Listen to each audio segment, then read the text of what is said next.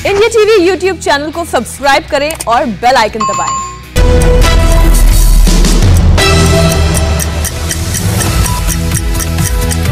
नमस्कार, आप देख रहे हैं इंडिया टीवी। आपके साथ मैं हूं अर्चना सिंह। आपको दिखाएंगे कोरोना की डराने वाली all India report. Delhi, Maharashtra, Bihar और यूपी का भी बताएंगे हाल। साथ ही आपको बताएंगे कोरोना काल में बिहार में एम्बुलेंस पर क्यों छिड़ा है सियासी घमासान।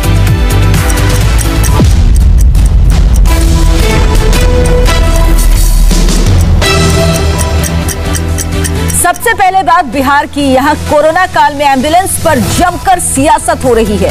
जन अधिकार पार्टी के अध्यक्ष सांसद पप्पू यादव ने छपरा के बीजेपी सांसद राजीव प्रताप रूडी पर सनसनीखेज आरोप लगाए। पप्पू यादव ने इल्जाम लगाया कि एक तरफ पूरा देश कोरोना से जंग लड़ रहा है, वहीं राजीव प्रताप रूडी के सांसद निधि फंड से खरीदी गई ढेरों एम्बुलेंस एक जगह ढककर रखी गई है। पप्पू यादव ने सवाल उठाए। उन्होंने कहा कि कोरोना काल में लोगों के एम्बुलेंस के लिए कई घंटों तक इंतजार करना पड़ रहा है। ऐसे में लोगों से मनमाने पैसे वसूले जा रहे हैं, तो ऐसे में इन एम्बुलेंस को जनता की सेवा के लिए इस्तेमाल क्यों नहीं किया जा रहा।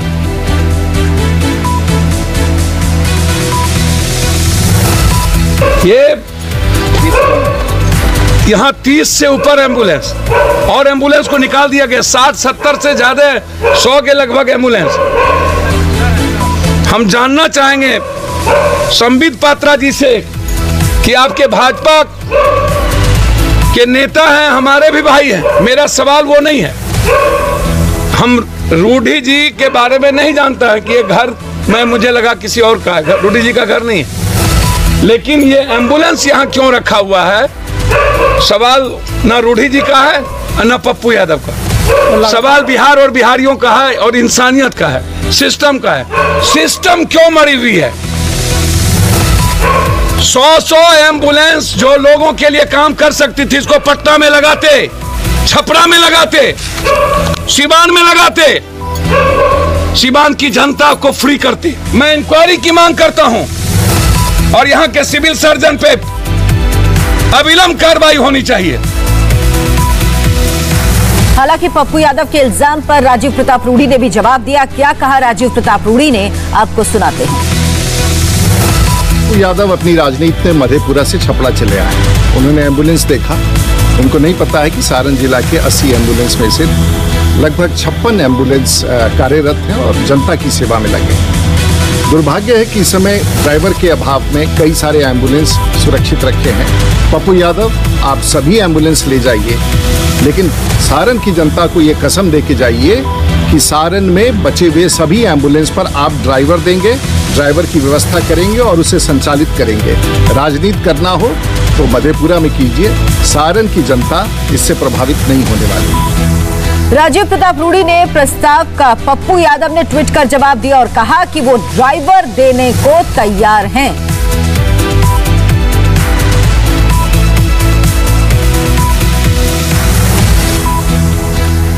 तो राजीव प्रताप रूडी के प्रस्ताव का पप्पू यादव ने जवाब दिया है। पप्पू यादव ने ट्वीट किया, माननीय रूडी जी, सम्मान के साथ चुनौती स्वीकार है। आपको ड्राइवर नहीं हो रहे हैं तो सारण, पटना जहां चलाना चाहते हैं सभी एम्बुलेंस उपलब्ध कराएंगे। मैं 70 ड्राइवर देता हूं। कोरोना मरीजों को मुफ्त सेवा दी जाएगी। घटिया राजनीति नहीं करता, सेवा और जिंदगी बचाने को लड़ रहा हूं।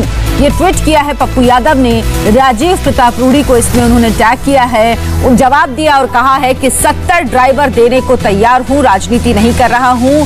कोरोना मरीजों को मुफ्त सेवा दी जाएगी। तो ये तस्वीरें देखिए, पप्पू यादव ने तस्वीरें दिखाई। उन्होंने कहा कि एम्बुलेंस जो कोरोना मरीजों के काम आ सकती थी, जब कोरोना मरीज एक एक एम्बुलेंस के लिए तरस रहे हैं, उस वक्त ये एम्बुलेंस इस तरह से रखी गई हैं। हालांकि राजीव प्रताप रूडी ने सफाई दी और कहा कि ड्राइवर का इंतजाम न होने की वजह से इन एम्बुलेंस को संचालित नहीं किया गया।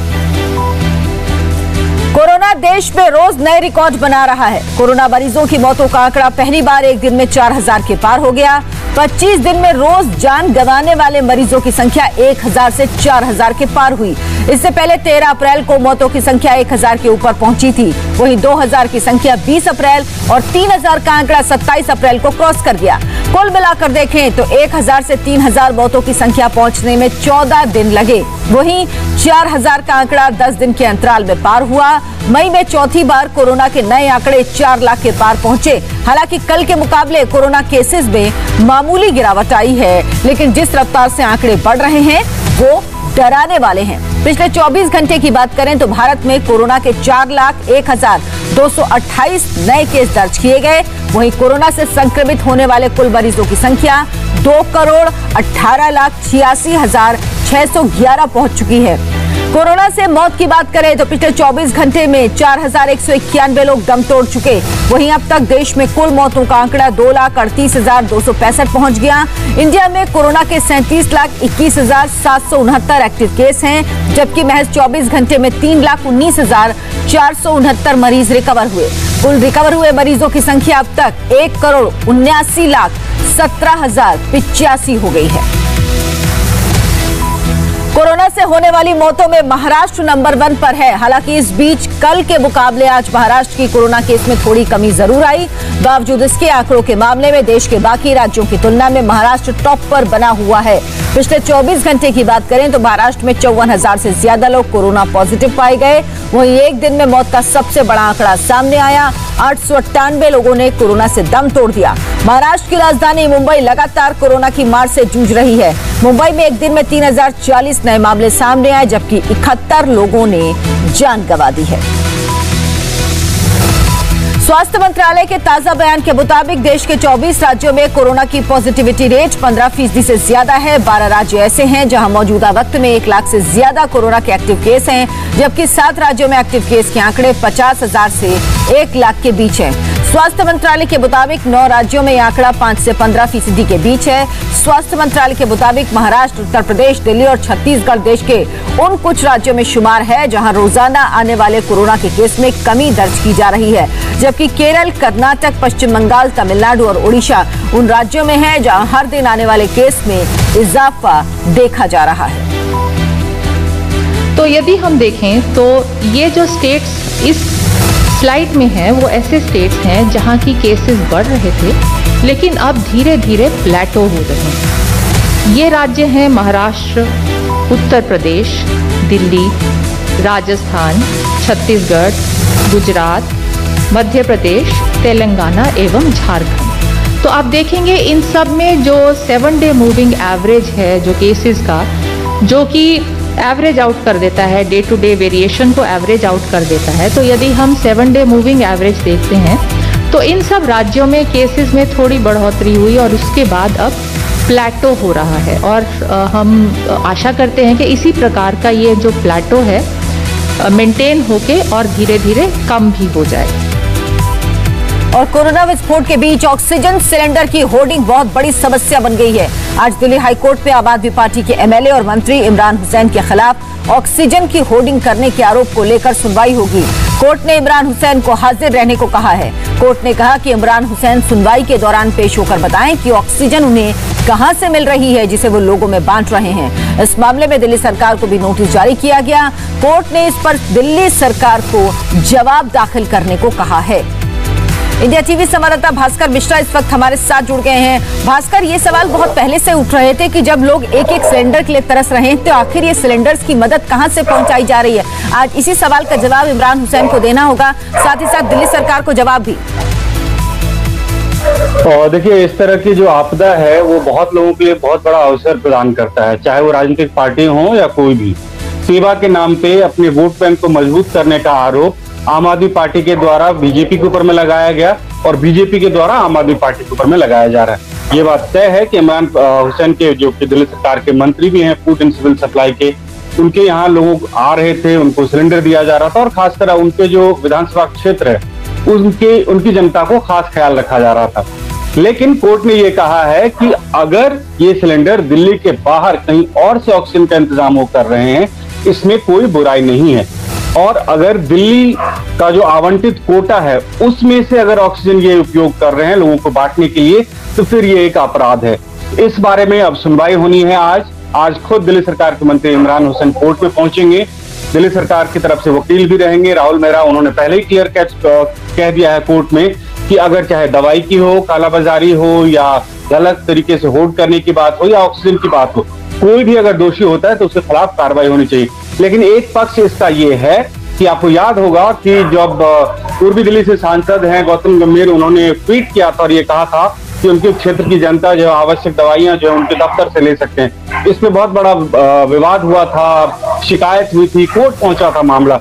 ठीक उसी तरह का ये मामला है जिसमें दिल्ली सरकार के फूड सिविल सप्लाई के जो मिनिस्टर हैं उनके यहाँ सिलेंडर लेने के लिए बहुत सारे लोग पहुंच रहे हैं, और खासकर उस विधानसभा में जो लोग रहते हैं, पुरानी दिल्ली के जो लोग हैं, वो लोग वहां पे पहुंच रहे हैं। तो एक राजनीतिक रूप से इसको भुनाने की कोशिश भी है। लेकिन ये एक सच्चाई है कि चाहे गुरुद्वारा हो, या बहुत समाजसेवी संस्थाएं हों, या पॉलिटिकल पार्टी के लोग हों, न जाने वो कहां से इंतजाम करते हैं, उनके पास ऑक्सीजन होता है।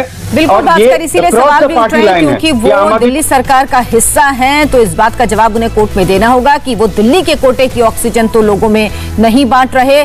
अगर वो कहीं और से ला रहे हैं तो वाकई ये काम काबिले तारीफ है। बहुत बहुत धन्यवाद भास्कर आपका इस तमाम जानकारी के लिए। वहीं यूपी में ऑक्सीजन की सप्लाई बढ़ाने के लिए योगी सरकार हर संभव मदद कर रही है। मुख्यमंत्री के निर्देश के बाद उत्तर प्रदेश का आबकारी और चीनी उद्योग और गन्ना विकास विभाग कोरोना मरीजों को बचाने के लिए ऑक्सीजन जेनरेटर्स लगाने जा रहा है। इसके लिए 75 जिलों में अस्पतालों का चयन कर लिया गया। 27 जिलों में ऑक्सीजन जेनरेटर्स स्थापित करने का काम शुरू भी हो गया। वहीं बाकी जिलों में युद्ध स्तर पर काम चल रहा है। ये ऑक्सीजन जेनरेटर्स 35 से 45 बेड पर पूरी तरह से ऑक्सीजन सप्लाई करेंगे। इन ऑक्सीजन जेनरेटर्स को मंगाने के लिए विभाग की तरफ से एयर इंडिया से अनुरोध कर पत्र भी लिखा गया ताकि इन मशीनों को जल्द से जल्द एयरलिफ्ट कर मंगाया जा सके। कोरोना महामारी के खिलाफ जंग में पीएम मोदी एक्शन में हैं। पीएम मोदी लगातार मीटिंग्स कर रहे हैं। देश में कोरोना को कंट्रोल करने के लिए खुद मॉनिटरिंग कर रहे हैं। वहीं इंटरनेशनल हेल्प को लेकर भी पीएम मोदी की बैठकों का दौर जारी है। आज प्रधानमंत्री नरेंद्र मोदी 27 यूरोपीय संघ के सदस्यों के साथ एक बैठक करेंगे। इस अहम मीटिंग में कोरोना महामारी पर चर्चा होगी। यूरोपियन काउंसिल के अध्यक्ष चार्ल्स मिशेल के निमंत्रण पर पीएम मोदी स्पेशल इनवाइटी के रूप में मीटिंग में शिरकत करेंगे। भारत यूरोपीय संघ के नेताओं की बैठक पुर्तगाल के प्रधानमंत्री एंटोनियो कोस्टा द्वारा आयोजित की गई है। भारत यूरोपीय संघ के नेताओं की बैठक EU+27 फॉर्मेट में पहली बार आयोजित की जा रही है। कोरोना की मार से देश जूझ रहा है। ऐसे में कहीं ऑक्सीजन की कमी, कहीं अस्पताल में बेड की कमी, तो कहीं रेमडेसिविर इंजेक्शन की किल्लत। ऐसी तस्वीरें आजकल आमतौर पर हर जगह देखने को मिल रही है। लेकिन अब वैक्सीन के लिए भी भीड़ ने मारामारी शुरू कर दी है। ये तस्वीरें आंध्र प्रदेश के गुंटूर जिले के नरसावरपेट की है, जहां एक हेल्थ सेंटर पर वैक्सीनेशन के लिए जबरदस्त भीड़ उमड़ी। यहां तक तो मामला ठीक था, लेकिन अफरा तफरी तब मची जब लोगों में पहले वैक्सीन लेने के लिए होड़ मच गई। पहले मैं की तर्ज पर लोग आगे बढ़ने की कोशिश करने लगे।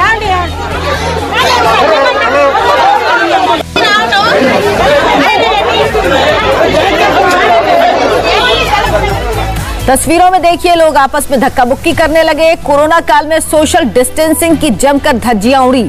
सूचना मिलने पर प्रशासन के लोग पहुंचे, पुलिस का इंतजाम किया गया। बाद में वैक्सीनेशन के लिए लोगों की लाइन लगवाई गई।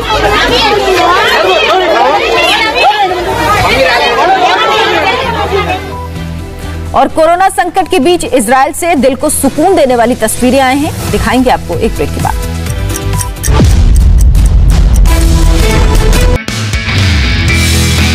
नमस्ते, मैं हूं मीनाक्षी जोशी। वीडियो और खबरों से अपडेट रहने के लिए India TV YouTube channel subscribe करें, बेल आइकन दबाना ना भूलें। जुड़े रहें इंडिया टीवी के साथ।